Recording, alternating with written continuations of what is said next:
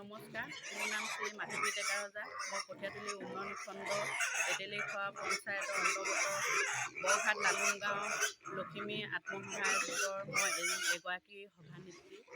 মই NILM পৰা টকা লৈ আৰু বেংকৰ পৰা ঋণ লৈ গাহৰি দুজনী কিনিলোঁ। তাৰপৰা মই লাখৰ ওচৰতে ইনকম কৰিব পাৰিছোঁ বছৰত, আৰু ছাগলীও কিনিছোঁ।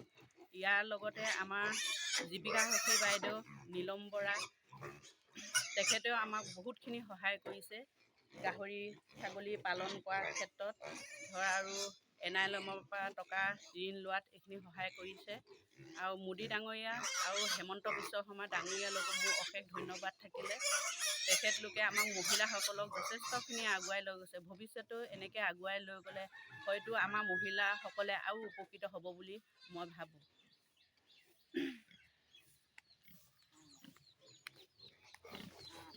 এতিয়া মোৰ গাহৰি আৰু এটা ছাগলী, এইবিলাক পুহিয়ে মই মোৰ ল'ৰা ছোৱালী পঢ়াইছোঁ আৰু মোৰ পৰিয়ালটোকো সুকলমে ভালদৰে মই চলাব পাৰিছোঁ। ইমানখিনিকে কৈ মই নমস্কাৰ জনাইছোঁ।